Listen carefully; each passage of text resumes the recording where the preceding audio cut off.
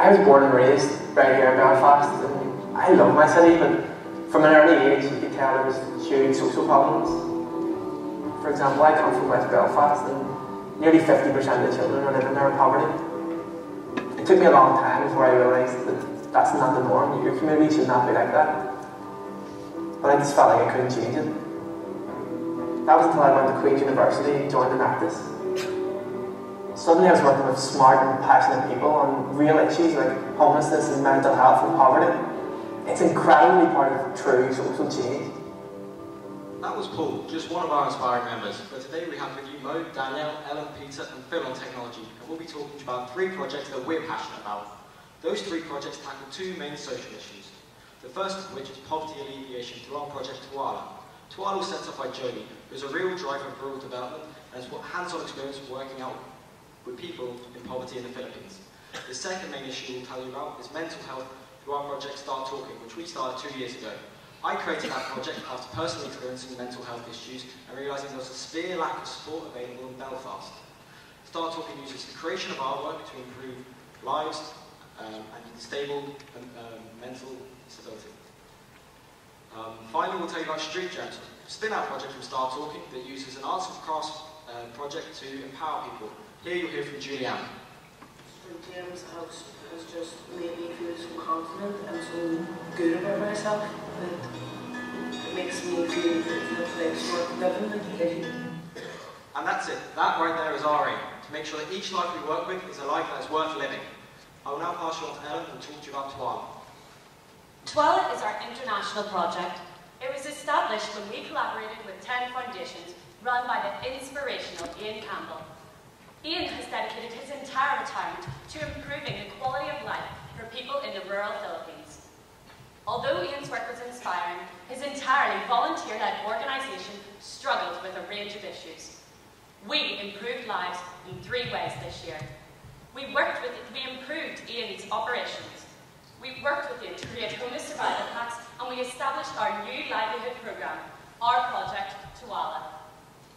Firstly, 10 Foundations established an initiative that employs 30 women in the rural Philippines to turn waste materials into beautiful artisan bags. These bags are then sold at a local market or distributed or sent back to Northern Ireland. However, through our needs assessment, we identified a lack of secure distribution channels. We designed a shop front made out of salvaged wood on Belfast's most prestigious shopping street. This was environmentally friendly and created an outlet that would enable the secure distribution of the bags. This generated an incredible £16,000 revenue just from the sale of these bags. Secondly, we decided to utilise this bag initiative to help those in our community in Northern Ireland. We designed a durable survival rucksack made out of waste materials.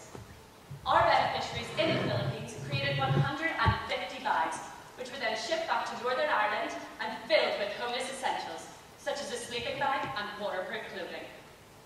Customers bought these bags as a goodwill gesture, and for their purchase, a bag was distributed in their name. These bags were displayed in the 10 Foundation shop, and the remainder were sold online. The revenue totalled £3,750, with £600 being generated from gift aid. Each bag was sold for £25. From this, £12.50 paid for production, shipping, and a fair wage to women working in the Philippines. This enabled the sustainability of our project. The remainder of the revenue paid for the contents of the bags. Now consider that impact in just the first 2 stages. We empowered Ian to improve his operations sustainably. We impacted 30 women in the Philippines, and we improved the lives of homeless individuals in our community in Northern Ireland. However, to take our work further, we knew we had to set up our own project in the Philippines. This leads to the 3rd section of our work. We actively began forming our own relationships with our beneficiaries in the Philippines, and we learned of their hardships. We learned that the population of the Motas suffers terribly from the effects of natural disasters, keeping the population in a state of poverty. After extensive discussions with our beneficiaries, we established our new project, Tiwala. We decided to tackle their needs with the solution of a soap enterprise. providing a product that was scarce but greatly desired by the local community. After extensive discussions with community leaders, 2 of our Enactus members went out to the Philippines. We collaborated with 10 foundations and selected 4 participants to work with in the Philippines. Our 2 students had the knowledge on how to make the soap and transferred these skills through practical training sessions. Once they left, they remained in contact and left a written handbook and video tutorial which could be referred back to. The positive effect is being felt throughout the entire community, whether it be through training, being a family member of someone involved, or simply through having access to soap at the local market.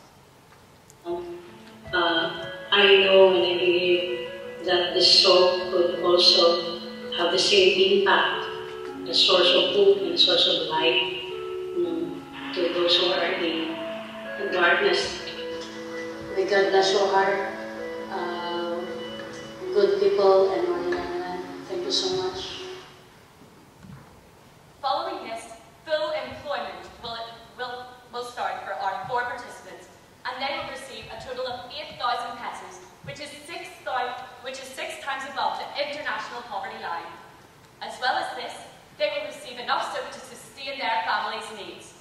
Through Tiwala, we have fulfilled our aim of making lives worth living. Danielle will now tell you about our project Start Talking. At Enactus Belfast, we realised that mental health was an issue that is so often overlooked by all areas of society.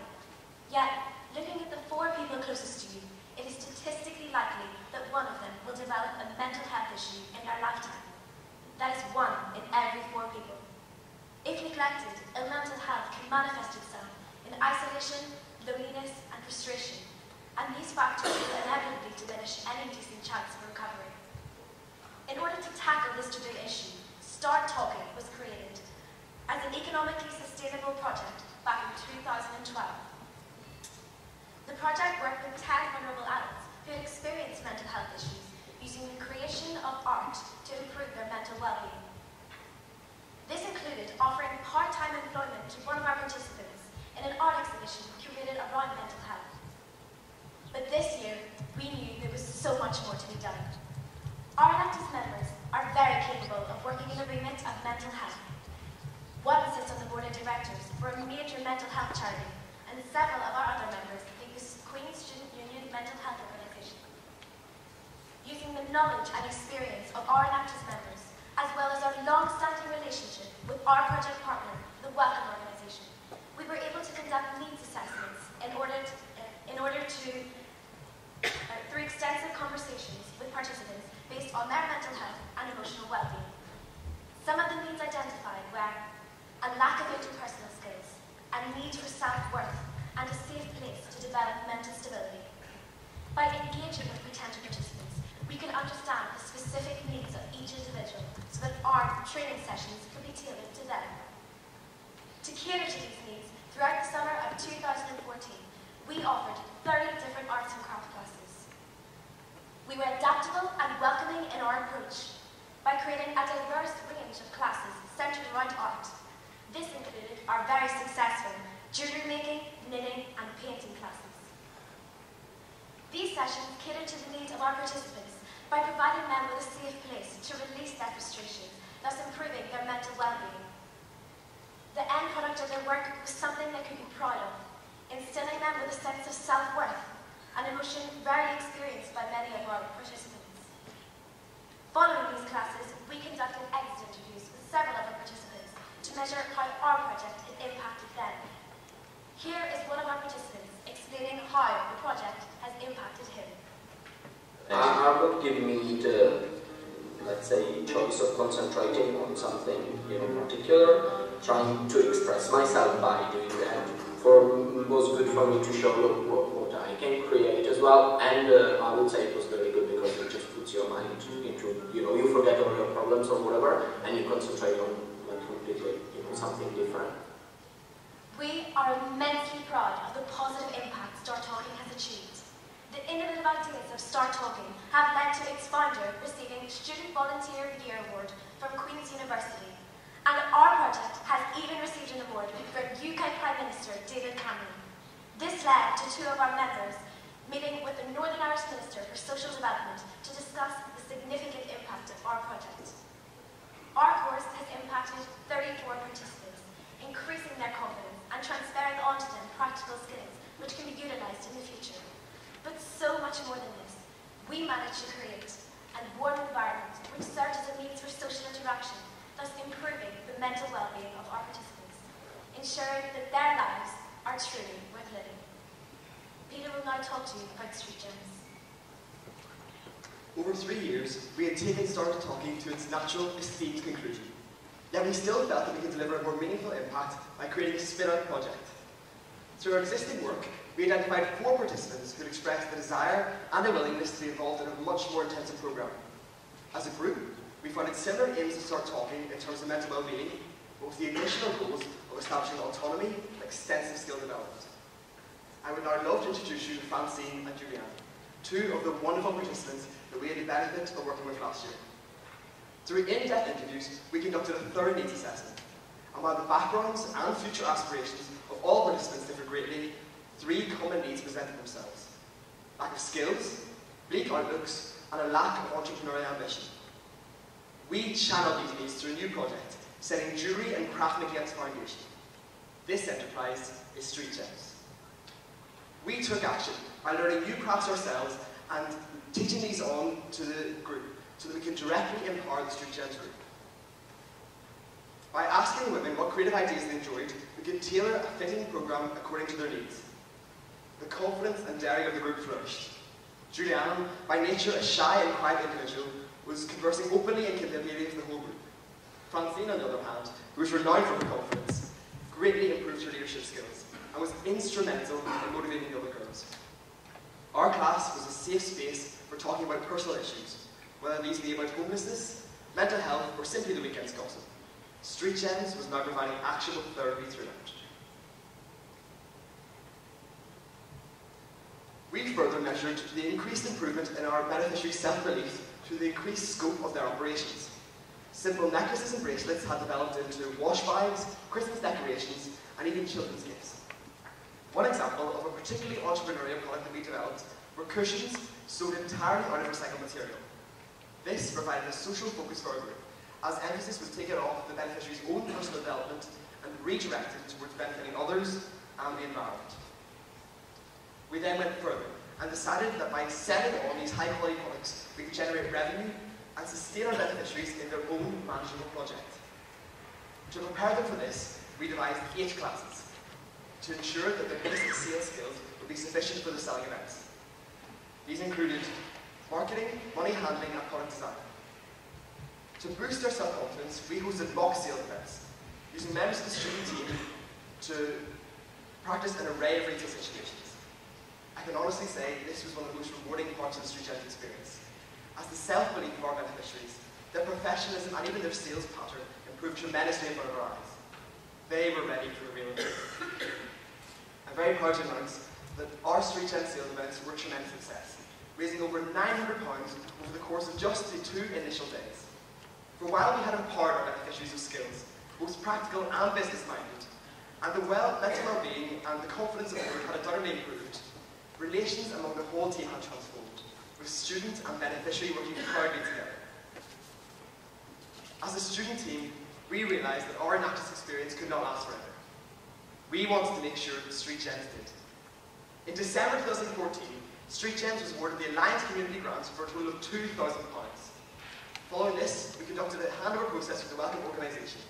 They have now added a new section to their centre specifically designed for our arts and crafts purposes, and have even hired a full-time member of staff to work exclusively with our beneficiaries. Through this, Street Gems has been given new life. We created, developed, and are now handing over the project on a high, confident in the knowledge that Street Gems will continue going from strength to strength long after any of us have left university. Street Gems is empowering, it is supportive, and now it is sustainable. Although I've been on my feet now for only my homeless ways, I was still in that rut of having nothing to do, no goal, no... There was nothing there, I wasn't good. I really wasn't. I actually wasn't living. from all this story? It's just, seriously, in all honesty, you really don't understand what it's done for it, and what it's completely changed. There's no more about it, it's changed our lives. You know, I probably wrote it on the answer for you every day. But that's the else. Yeah, and now it's all changed for me because Street Gems has just made me feel so confident and so good about myself that it makes me feel that it's like worth living again. Every time we watch that, we're touched and reminded how important a project like this is. We're also reminded how important it is that these kind of impacts continue being made. To give you one example of how far our team has come, Julianne and Francine have started developing their own craft products and established their own independent expert organisation, a successful, profitable enterprise. To consider how far they've come to where they are now is truly breathtaking, and that's truly making lives worth living. Today we've told you about Tiwala, a project which is literally lifting people out of poverty in the Philippines. We then told you about Start Talking, a project that uses artwork as a way to improve mental well-being. Finally, we told you about Street Gems, a project that uses something as simple as arts and crafts to completely transform someone's life. Now, to leave you with one final thought, our approach is not about reaching as many people as possible, no. It's about finding people who truly need our help, working with them intensively, and trying to achieve that deeper impact.